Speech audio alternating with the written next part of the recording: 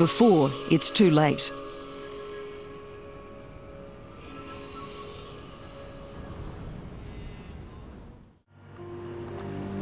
Hawaii was once ruled by kings and queens.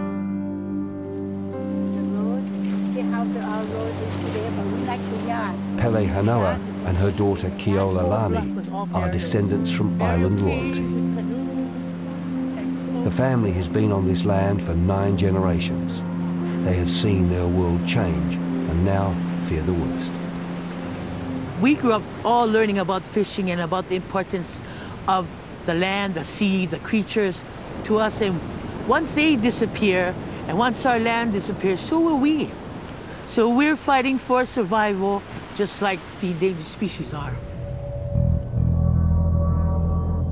Many locals believe this is graphic proof of humanity's impact in Hawaii and on one of the Earth's oldest living species. A gruesome, mysterious tumor plague has been ravaging the local green sea turtles for decades. Fibropapilloma, or FP, is a cruel disease. Under this mask of tumours lies the face of a green turtle, or honu, as the Hawaiians call them. Here, tumours around the reptile's eyes have fused with others on its mouth.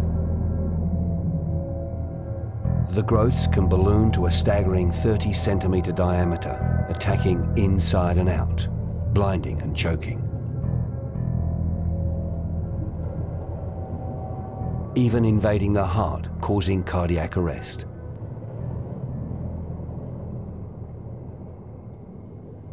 In other cases, the tumours make feeding difficult, and some animals end up starving to death.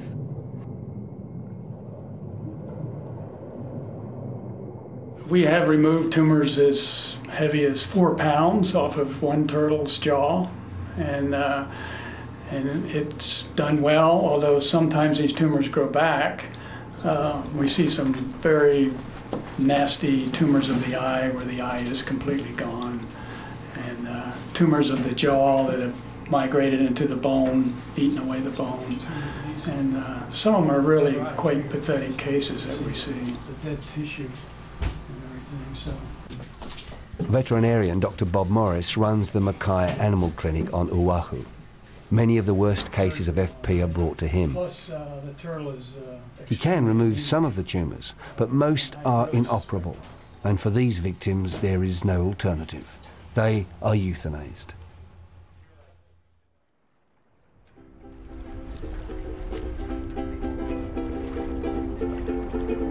This bay on Hawaii's most populated island, Oahu, is a beautiful but sad place. Once pristine, now infested with alien and invasive seaweeds, it is an FP hotspot. Many of the green turtles here have been infected with the disease. All the waste, the pollution that we have in the ocean, and that's what the turtles are getting onto the turtles. And that's the reason why they have tumors on them. Normally, we never had those things. We swim with a turtle all our life, and we never had sea turtle with tumors. In trying to identify the cause of FP and how it works, researchers have considered the role of Hawaii's busy little cleaner fish, investigating whether they are spreading the virus as they groom their marine mates. Typically, when turtles want to be cleaned, they go into a 4-point posture, extending body parts to make their flesh available to the fish. It has been shown that some of the cleaner fish have the virus that's associated with it. We just don't know how it's transmitted. Now, whether it's a pollution factor or some other toxic factor that lowers the resistance of the turtles to the disease and makes them more prone to it. We do know they're immunosuppressed, the turtles that do have fibropapilloma. So while scientists have some of the answers, they still don't know where it comes from or how it got so out of hand. FP has been described as one of the most significant causes of death and disease in marine turtles. It is a serious epidemic.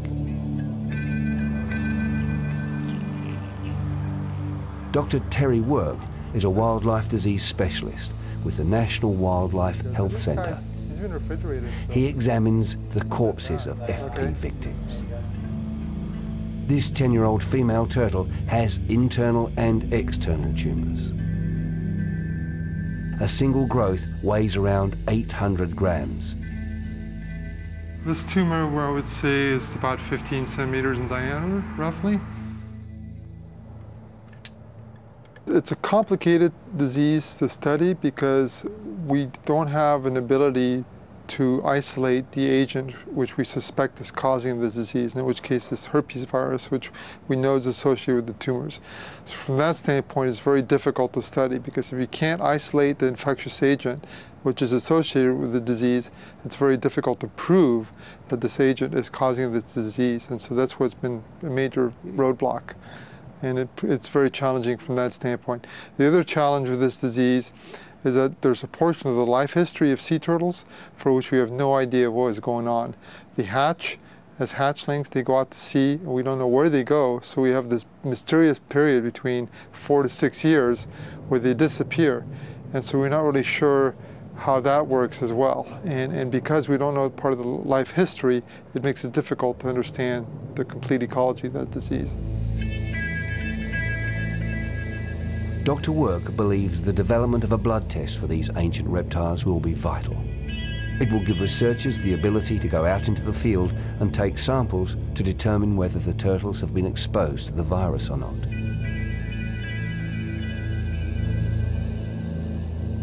With evidence that FP has a global distribution, a test could also help the species worldwide. Animals with tumours have been found in Florida, Australia and Barbados. But whether it's the same herpes virus or whether the disease can be transmitted between species remains an open question. If it can, FP could be catastrophic.